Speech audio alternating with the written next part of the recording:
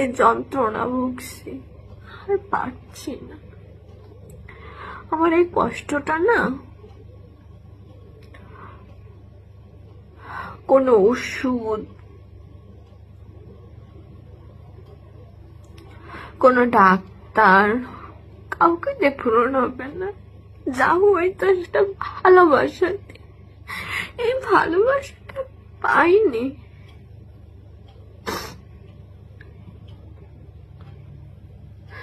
মরার পরে কি শাস্তি হবে আমি জানি না। আমার মনে হয় কি জানেন, এই পৃথিবীতে যত বড় শাস্তি পাইছি তার থেকে বেশি আর হবে না।